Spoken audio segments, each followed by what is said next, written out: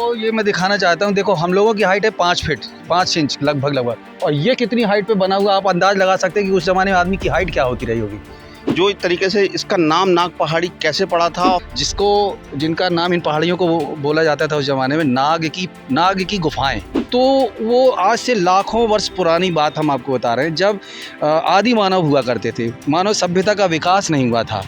आदि मानवों के द्वारा पत्थरों से बनाए गए वो चित्र हैं जो कि आज भी जिंदा होने का हमें प्रमाण प्रस्तुत कर रहे हैं। देखिए वो नीचे एक आदमी है जो कि हाथ में भाला सराई का कुछ लिया हुआ है और आखेट की मुद्रा है उसकी। इतिहास के पन्नों में न जाने कितनी हजारें कहानियां छुपी और दबी पड़ी हुई हैं। साल गुजर चुके हैं, लेकिन कुछ ऐसे स्थान हैं जो अपने जीवित होने का प्रमाण खुद बयां कर रही हैं। आज हम एक ऐसी जगह पर पहुंचे हैं जिसका इतिहास में नाम भी है, और यहाँ पर देखा जाए तो यहाँ पर आदि मानव ने अपने हाथों से चित्र भी उकेरे हैं।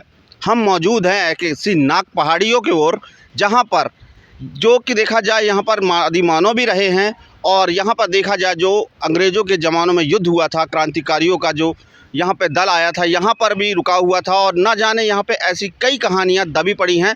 हमारे साथ अरविंद गुप्ता जी भी मौजूद हैं, हम उनसे बात करेंगे जो कि हमारे साथ लगातार इन चीज़ों के बारे में बताएंगे कि यहाँ पर क्या क्या चीज़ें थीं और आदि मानव कब यहाँ पर आए थे, और उन्होंने जो यहाँ की नाग पहाड़ियाँ हैं इसका नाम नाग पहाड़ी कैसे पड़ा और बदल कर उसका नया नाम क्या हो गया था।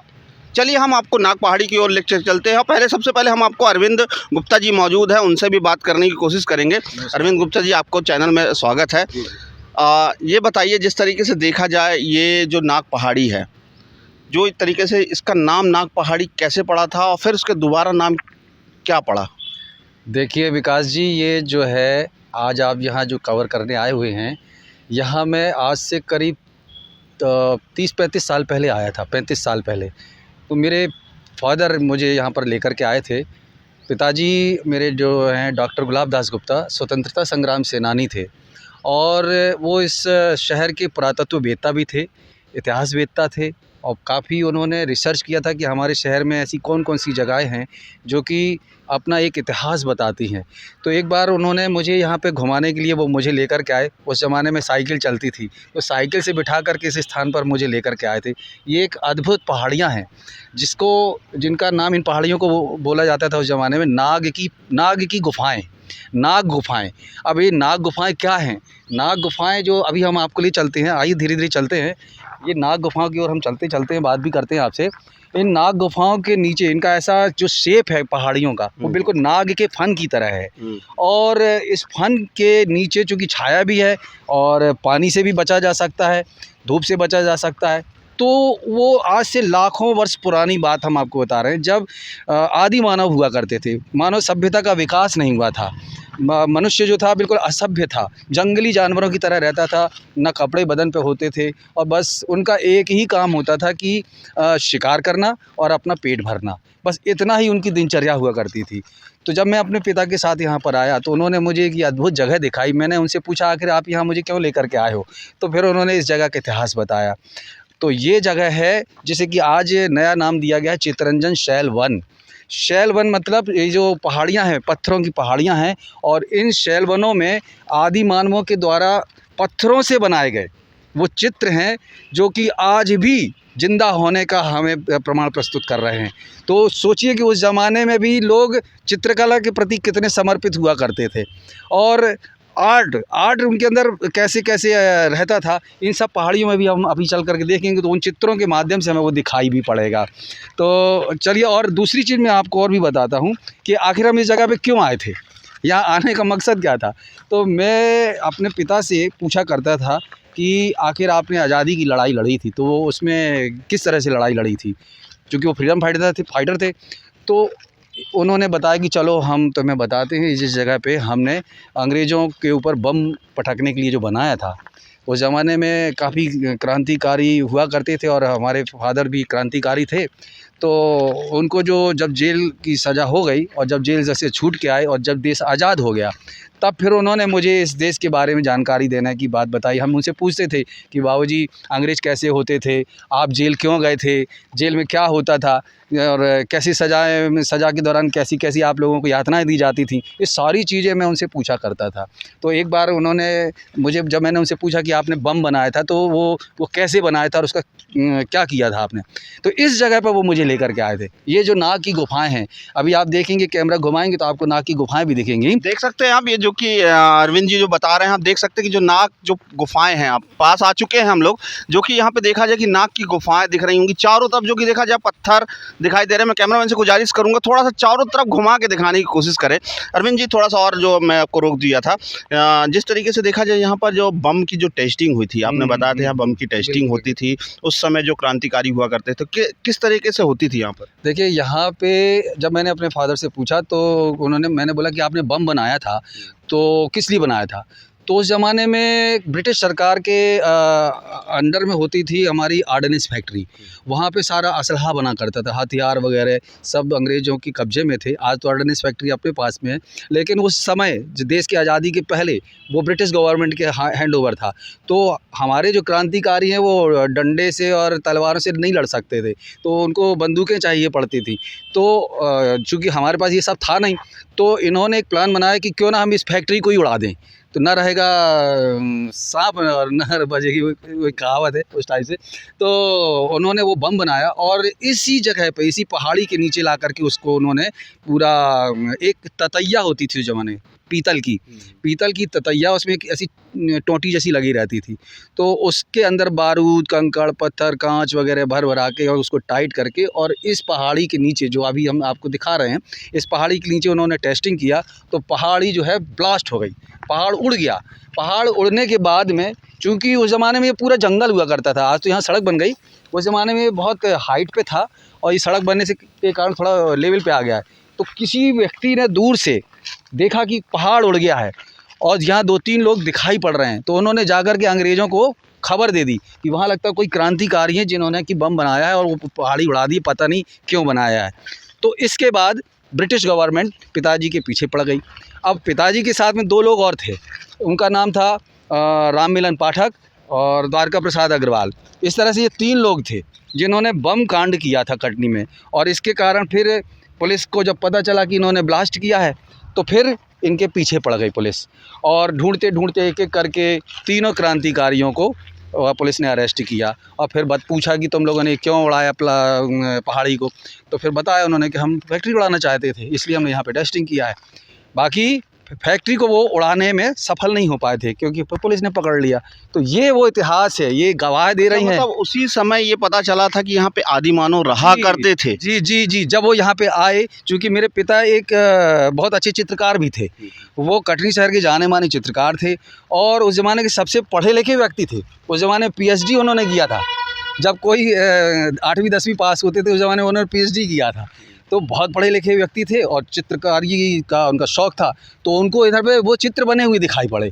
तो उन्होंने जब उसका अध्ययन किया तो मालूम पड़ा कि ये तो लाखों वर्ष पुराने चित्र बने हुए हैं। तब जाकर के इसको उन्होंने, जब देश आज़ाद हुआ तो इसके लिए लिखा पढ़ी करी कि इन भित्ति चित्रों को सुरक्षित और संरक्षित किया जाए। तब जाकर के गवर्नमेंट ने ये तार फेंसिंग वगैरह लगाई है और आज इसको चित्ररंजन शैल वन के नाम से इधर पे सुरक्षित और संरक्षित कर दिया गया है। अच्छा, जिस तरीके से देखा जाए इसको, नाग गुफाएं जो इस तरीके से देखा जाए तो नाग की आकृति जो दिखाई दे रही है, पूरा उसी तरीके से दिख रही है। ये लगभग सभी पहाड़ियों में आपको इसी तरह से पूरा ये ड्राइंग डिज़ाइन दिखेगा, ऐसे ही निकली हुई है ये पहाड़ियाँ, और इसमें आप आराम से अपने आप को सुरक्षित कर सकते हैं, ना यहाँ पे पानी पड़ेगा, ना आपको कुछ प्रॉब्लम हो जाएगी। अच्छा, जिस तरीके से देखा जाए तो इसी पहाड़ के नीचे मतलब आदि मानव अपना गुजर बसर करने के लिए यहाँ पर, जिस तरीके से गर्मी के मौसम में, बरसात के मौसम में यहीं बैठा करते थे और अपना बस उनका तो शिकार करना, बस खाना और जो भी चीज़ें हैं तो अपने बैठे यहाँ पे।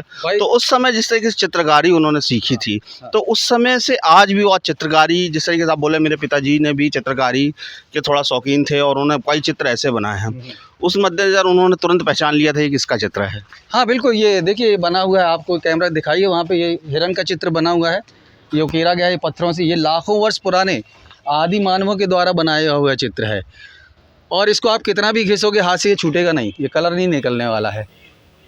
तो तो इस तरह से कई कई पहाड़ियाँ इधर पे ऐसी बनी हुई हैं जिनमें इस तरह के चित्र बने हुए हैं। सर, जिस तरीके से देखा जिला प्रशासन ने भी इसको अब ठीक तरीके से चारों तरफ से फेंसिंग करा दी है, नाम जगह दे दिया गया है। मैं आपको एक पीछे दर्शकों को दिखाना चाहूँगा, पीछे एक बोर्ड लगा हुआ है, जो ये चित्र बना हुआ है वो सेम एक यहाँ पर बना के छोड़ दिया गया है। यहाँ पर आप देख सकते हैं पूरा यहाँ पर एक चित्र ये बना हुआ है, और यहाँ पर देखा जाए तो ये जो चित्र है जो पहाड़ी पे बना हुआ है, बिल्कुल सेम दिख रहा है। जिस तरीके से देखा जाए तो कैसे हिरण हैं, या जिस तरीके से देखा जाए जंगली जीव जो होते हैं उसी के लिए जो हिरण है ये जो दिख रहा है। ऐसी कितनी पहाड़ियाँ होंगी गुप्ता जी यहाँ पर? करीब करीब 10 पहाड़ियाँ हैं, 10-15 पहाड़ियाँ, जिनमें सभी में कुछ ना कुछ चित्र बने हुए हैं।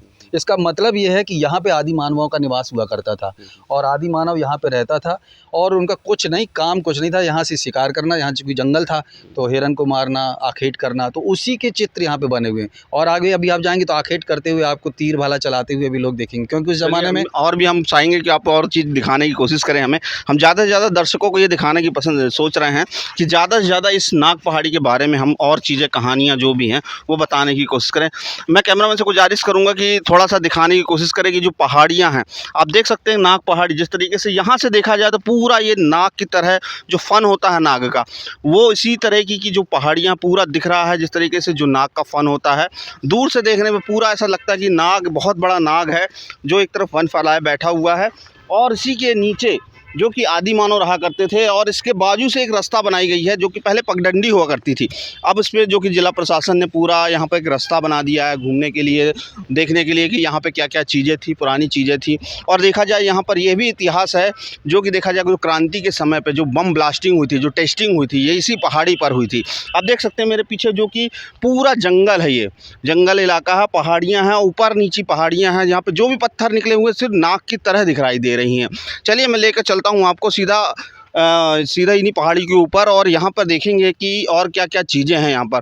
अब जिला प्रशासन ने थोड़ा सा चिन्हित कर दिया है यहाँ पर कि जिस तरीके से देखा जाए तो यहाँ पे क्या क्या चीज़ें हैं, थोड़ा सा ढूंढने में परेशानी जाएगी, मगर यहाँ पे कई चीज़ें हैं ऐसी जो आदि मानव द्वारा यहाँ पर चित्रकारी की गई थी।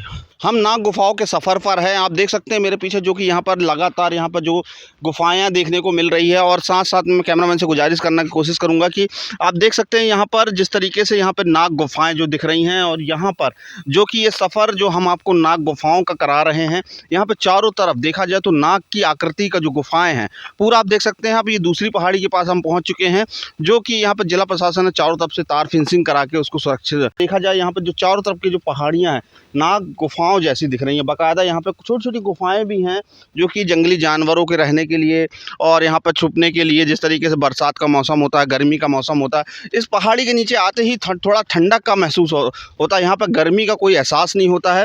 और इस पहाड़ी पर भी देखा जाए तो आदि मानव द्वारा जो इस तरीके से यहाँ पर आकृति बनाई गई है वो भी मौजूद है। आइए हम दिखाते हैं आपको और लेकर चलते हैं, उस आकृति को दिखाने की कोशिश करेंगे। हमारे साथ अरविंद गुप्ता जी भी मौजूद हैं जो आगे आगे चल रहे हैं और देख रहे हैं कि किन किन और पहाड़ियों में क्या क्या चीज़ बना हुआ है। आप देख सकते हैं यहाँ पर जिस तरीके से ये 10 नंबर जो ये लिखा हुआ है झूरी 10, ये झिंझरी के नाम से रहा। ये झिंझरी इलाका कहलाता है एक्चुअल में। ये देख सकते हैं यहाँ पर आप ये पहाड़ियों में पूरी तरीके से आप देख सकते हैं। यहाँ पर ये देखिए आकृति बनी हुई है लाल कलर की, आपको यहाँ पे दिख रहा होगा। पूरा ये जो आदि मानव द्वारा बनाया गया है, हाथों के पंजों के निशान भी हैं, आप देख सकते हैं, बिल्कुल साफ साफ दिखाई दे रही हैं। और कितनी आकृतियाँ, बहुत सारी आकृतियाँ बनी हुई हैं, देख सकते हैं आप। थोड़ा पास से मैं कैमरामैन से गुजारिश करूँगा दिखाने की कोशिश करें। जो देख सकते हैं यहाँ पर लाल कलर का ये छोटे छोटे दिख रहे हैं आपको, ये जानवरों के जो आकृतियाँ उकरी हुई हैं। आप ये देख सकते हैं यहाँ पर आगे देखिए अरविंद गुप्ता जी हमको बताने की कोशिश कर रहे हैं कि क्या क्या चीज़ें बनी हुई हैं। 2 मिनट देख मैं बात करने की कोशिश करता हूँ उनसे। तो ये मैं दिखाना चाहता हूँ, देखो हम लोगों की हाइट है 5 फीट 5 इंच लगभग, और ये कितनी हाइट पे बना हुआ, आप अंदाज़ लगा सकते हैं कि उस ज़माने में आदमी की हाइट क्या होती रही होगी। यहाँ से ये इतनी हाइट आप देख लो कि हाथ कैसे पहुँचा होगा। ना उस ज़माने में नसें नहीं होती थी, ना कुछ होता था, तो उस ज़माने का आदमी कितना ऊंचा होता था आप इस पंजे से अनुमान लगा सकते हैं कि कितनी हाइट पे पंजा लगाया है जा करके उसने। ये देखिए, तो आदमी की हाइट मान के चलो लगभग 10 से 12 फुट रही होगी उस ज़माने में। अच्छा, इसमें छोटे छोटे हाथ भी दिखाई दे रहे हैं, जैसे बच्चों के भी हाथ हो इसमें। हाँ। और इंसानों के भी हाथ दिखाई दे रहे हैं बाकायदा। अब एक छोटा सा हाथ भी दिखाई दे रहा है पूरा। बिल्कुल, उनके बच्चे रहे होंगे साथ में, फैमिली रहती रही होगी, उनकी परिवार रहता रहा साथ में, तो सब वो अपना पत्थर के जो है पीस करके रंग बनाते थे लाल कलर, और उससे छापा मारा है उन्होंने ये। और लेकिन सबसे बड़ी चीज़ आप देखिए कितनी हाइट पे लगा है, क्या हमारा हाथ पहुंच पाएगा? जब तक नसैनी नहीं लगाएंगे वहाँ नहीं पहुंच सकते। देख सकते हैं आप, बिल्कुल जो कि सही बोल रहे हैं गुप्ता जी, अपनी 5 फुट 6 फुट ज़्यादा लंबाई होती है। यहाँ पे आप देख सकते हैं कि 7 फुट ऊपर जो कि बिल्कुल पंजे का निशान दिखाई दे रहा साफ, और एक पंजे नहीं कई पंजे दिखाई दे रहे हैं और उसी हाइट पर है। और छोटी छोटी आकृतियाँ बनी हुई है, आपको मैं दिखाने की कोशिश करूँगा। पूरी दीवारों में लाल लाल कलर के जो दिख रहा है आपको, इसमें कलर भी भरे गए हैं। जिस तरीके देखा जाए बिल्कुल एक आकृति बनाई जाती है, छोटी छोटी आकृति, उसमें कलर भी भरे गए हैं। आइए हम आप और आगे लेके चलते हैं। पूरी ये देख सकते हैं हम नाग गुफाओं में हैं। और ये देखिए यहाँ पर भी एक नीचे एक आकृति दिख रही है, गुप्ता जी हमको दिखाने की कोशिश कर रहे हैं। ये भाला फेंकता हुआ एक आदमी दिखाई पड़ रहा है नीचे, आप कैमरा जूम करके दिखाएंगे। देखिए वो नीचे एक आदमी है जो कि हाथ में भाला सरई का कुछ लिया हुआ है और आखेट की मुद्रा है उसकी, वो नीचे आपको ऐसा कुछ दिखाई पड़ रहा है। और फिर ये सब आकृतियाँ बनाई हुई हैं, यानी उस समय में टाइम पास करते थे आदि मानव, क्या करें, बैठे बैठे चित्र ही बनाते थे। तो ये सब है। देख सकते हैं ऊपर एक फूल की आकृति का भी दिख रहा है, ये उकेरी हुई है। ये पूरा आपको दिखाने की कोशिश कर रहा हूँ मैं, जो कि जो दर्शक हैं देखने की कोशिश कर सकते हैं। यहाँ पे देख सकते हैं कि लगातार यहाँ पर हम नाग पहाड़ी की यात्रा पर हैं और यहाँ पर ना जाने ऐसी कितनी आकृतियाँ हैं और यहाँ पर बनी हुई है। ये देख सकते हैं आप, जो कि पूरा 8 फीट के ऊपर है, जो कि पंजे का निशान लगा हुआ, दोनों पंजे का निशान है। ये देख सकते हैं आपने, उन्होंने पूरा ये जो दिख रहा पूरी आकृति दिख रही है, अलौकिक है। यहाँ पर जो देखा जाए तो जो कि यहाँ का जो दृश्य है, जैसा लगता है कि हम पुराने समय में पहुँच चुके हैं। यहाँ पर आदि मानव उस समय रहा करते होंगे। आज भी पूरा ये चारों तरफ जंगल है और कलेक्ट्रेट यहाँ पर बना दी गई है, अन्यथा उस समय तो पूरा घोर जंगल हुआ करता था। अब चूँकि बिल्डिंगें बन रही हैं तो थोड़ा सा यहाँ पे अब आना जाना मनुष्यों का हो गया है, तो वैसा माहौल नहीं दिखाई पड़ रहा है, लेकिन फिर भी जंगल है अभी यहाँ। अच्छा, देखा जाए तो आपके द्वारा आज भी कोशिश की जाती है कि इन चीज़ों को आज भी संरक्षित किया जाए, सुरक्षित किया जाए। और कलेक्टर से आपने कई बार गुजारिश करी, कई कलेक्टर आए और कई कलेक्टर चले गए। आपके पिता ने इस चीज़ की शुरुआत की थी और आप भी उसी मुहिम में लगे हुए। आपने एक स्वतंत्रता संग्राम सेनानी का एक भवन बनाया है, भव्य भवन बनाया है, उसको भी जीवित रखा है। उसके लिए भी आपने ना जाने कितनी लड़ाई लड़ी है। बहुत, मैंने तो उसके लिए करीब अपनी ज़िंदगी का आधा जीवन मैंने गुजार दिया। करीब 25-30 साल की लड़ाई के बाद में कटनी शहर की एक ऐतिहासिक धरोहर है, जैसे कि आज स्वतंत्रता संग्राम सेनानी शहीद स्मारक एवं संग्रहालय के नाम से जाना जाता है। बहुत मेहनत, बहुत संघर्ष के बाद वो बिल्डिंग बन पाई है। और निश्चित रूप से अभी जो हमारे कलेक्टर साहब आए हैं, कलेक्टर रवि प्रसाद जी, वो एक बहुत ही अच्छी भावनाओं के साथ में काम कर रहे हैं, शहर के हित के लिए काम कर रहे हैं। और मैंने उनका कार्य करने का जो तरीका देखा है बहुत ही सराहनीय है, और वो छोटी छोटी सी बातों पे गौर करते हैं। अभी जैसे कि आज मैं देख रहा हूँ कि उनकी कार्यशैली में विकलांग बच्चों के लिए, बच्चों की पढ़ाई के लिए कटनी में अभी एक ड्रोन प्रशिक्षण के लिए, मतलब स्किल्ड करने के लिए, मतलब तरह तरह के वो एक प्रयोग कर रहे हैं। तो कलेक्टर रवि प्रसाद जी का भी मैं धन्यवाद ज्ञापित करता हूँ कि कटनी शहर के लिए जब से आए हैं वो कुछ ना कुछ कर ही रहे हैं। तो देखा जाए तो ये जिस तरीके से आप ये जो नाग पहाड़ी में मौजूद हैं, इसके लिए कलेक्टर साहब ने अभी कुछ नया करने की सोची थी, क्योंकि अभी तो जिला प्रशासन का दिखता है कि बाकायदा यहाँ पे चीफ के द्वारा यहाँ पर एक रास्ता बना दिया गया है, लोगों का आने जाने का पूरा मार्ग खुला हुआ है, देख सकते हैं।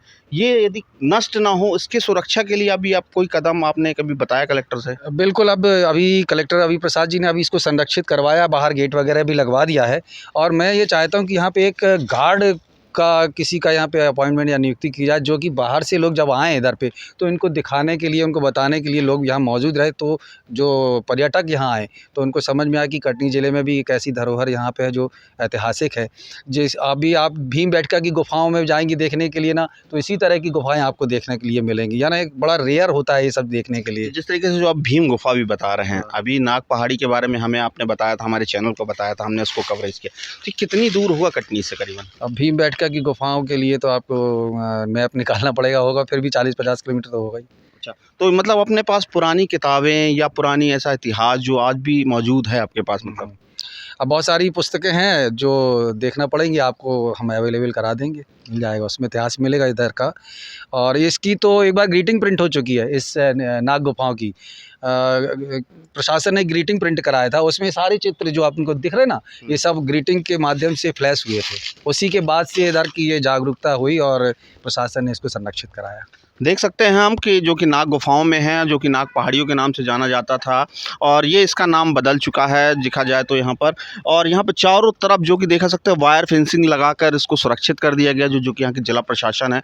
यहाँ पर देखा जाए तो कुछ जानवर आते भी हैं इसमें, जो कि देख सकते हैं हम यहाँ पैरों के निशान भी बने हुए हैं, क्योंकि जानवर यहाँ पर आते हैं, यहाँ पे रहते हैं। और यहाँ पे देखा जाए जैसे गाय हो गई, कई ऐसे जानवर हैं जो कि यहाँ पर आते हैं। हिरण भी आ जाते हैं क्योंकि पास में ही जंगल लगा हुआ है बाकायदा यहाँ पर। और चित्र भी देख सकते हैं आप, जो पत्थरों में जो चित्र बने वो हिरण कहीं बने हुए हैं, घोड़े के बने हुए हैं, रथ खींचते हुए के बनाए हैं। और हाथों के सबसे ज़्यादा निशान आपको जो कि 8 फुट के ऊपर तक दिखाई देती है। हमारे साथ गुप्ता जी मौजूद हैं जो कि आरवी गुप्ता जी, अरविंद गुप्ता जी हैं, जो कि बाकायदा ये बता रहे हैं कि यहाँ पर ऐसी ऐसी चित्र हैं जो कि देखने लायक है यहाँ पर। और इसमें कलर भी भरे गए हैं जो कि आज भी मौजूद है, जो कि लाल कलर दिख रहा होगा। सबसे नीचे देखिए, आप देखिए गुप्ता जी बता रहे हैं नीचे ये तीर जैसा दिख रहा होगा, जिस तरीके से ये देखिए हमला करते हुए, जैसे शिकारी जो जिस तरीके से शिकार किया करते थे उसके चित्रों का भी वो यहाँ पर दिखाया गया है कि बाकायदा यहाँ पर इस तरीके की जो चीज़ें थी यहाँ पर आदि मानव जो कि अपनी दिनचर्या जो गुजारते थे यहाँ पर देखा जाए तो यहाँ पर। और यहाँ पर वे पूरा दिन यहीं पे गुजारते थे, यहीं पे बैठ कर शिकार भी क्या करते थे। अरविंद जी, मैं एक चीज़ और जानना चाहूँगा, देखा जाए तो अभी तो हम लोगों ने सिर्फ 2 पहाड़ी देखी है, ना जाने यहाँ पे इतनी कितनी पहाड़ियाँ होंगी उसकी खोज करना बहुत ज़रूरी है। कटनी के आसपास ऐसी कितनी है और ऐसी इमारतें हैं और ऐसी गुफाएं होंगी? अब इस तरह के शैल चित्र वाली जो गुफाएं हैं वो तो यहीं पर हैं। बाकी दूर तरफ चले जाएं, पन्ना वन्ना डिस्ट्रिक्ट तरफ, फिर कटनी मध्य प्रदेश में है, आसपास ज़िलों में है। लेकिन अपने कटनी में यही एक स्पॉट ऐसा है जहाँ पे ये शैल चित्र बने हुए तो हैं। देखा जाए तो अधिकतर यहाँ पे जो कई चीज़ें देखने को मिली, यहाँ पे सोने का खजाना भी है जो कि बिलहरी में देखा गया है, राजा कंड की नगरी, पुष्पावती नगरी। फिर अपने पास चले विजरावगढ़ चले जाओ तो वहाँ पर भी महल बना हुआ बाकायदा, विजरावगढ़ का जो महल है विशाल, आज भी वो भी अपना इतिहास बताता है। जैसे इस तरीके से आप ये हम नाग पहाड़ी पे मौजूद है, ये अपना इतिहास खुद बता रहा है। मतलब इतिहास के पन्नों में आज भी ये मौजूद है और ज़िंदा है। बिल्कुल, हमारे शहर का जो कटनी का इतिहास है वो आज़ादी की लड़ाई को तो के रूप में ही जाना जाता है। इसको बारडोली का नाम जो है पंडित मोतीलाल नेहरू ने दिया था। ये अपने कटनी ज़िले से जो आज़ादी की लड़ाई में जिन लोगों ने योगदान दिया था उनकी संख्या अगर गवर्नमेंट के रिकॉर्ड में देखा जाए तो लगभग 425 स्वतंत्रता संग्राम सेनानियों का इतिहास आज भी दर्ज है। और कटनी ज़िले के पास भी जो हमारे विजयराघवगढ़ का किला है वो आज आकर के देखिए आज भी अपनी खूबसूरती बिखेरे हुए है। और उसमें शासन अगर थोड़ा सा और अच्छा प्रयास कर दे तो आज वो एक टूरिस्ट प्लेस बन सकता है। और जो हमारे वहाँ के जो राजा थे, राजा सरजू प्रसाद, उनकी लड़ाई का जो लड़ाई अंग्रेजों से लोहा लिया था उन्होंने बाकायदा, मतलब उन बंधक भी बन चुके थे उसके बाद। हाँ, तो वो उन्होंने मिशन चौक एक हमारी जगह है, तो उनका युद्ध हुआ था अंग्रेजी सेना से और राजा सरजू प्रसाद की फ़ौज के साथ में युद्ध हुआ था मिशन चौक में। तो मिशन चौक में आपने एक अभी आप जा कर के देखेंगे तो वहाँ पे एक सैयद बाबा करके एक मज़ार आपको देखने के लिए मिलती है। तो लोग उसको सैयद बाबा के नाम से समझते थे, लेकिन जब हम लोगों ने जा कर के बताया कि नहीं वो सैयद बाबा नहीं है, वो राजा सरयू प्रसाद के सेनापति थे बहादुर खान साहब, उनका वहाँ पे युद्ध के दौरान उनकी वहाँ मृत्यु हुई थी, तो वहाँ पे उनकी याद में वो बना दिया गया था। तो इस तरह से बहुत सारा इतिहास है जो कि आज़ादी की लड़ाई से जुड़ा हुआ है और हमको देखने को मिल रहा है।